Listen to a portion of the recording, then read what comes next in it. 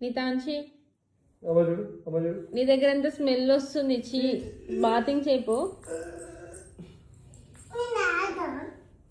Smell వస్తాను అంతా cheesy. చూడు ఏంటిదద్దు.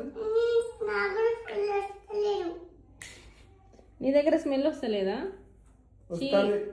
చాలా స్మెల్ మంచిగా వస్తుంది కూర్చోడానికి నీ దగ్గర. ఎన్నిసార్లు చెప్పాను. నీకు రావట్లేదు, నాకు నాన్నకు వస్తుంది. బాతింగ్ చేద్దాం పదా.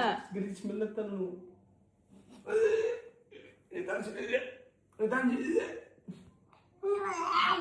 నువ్వు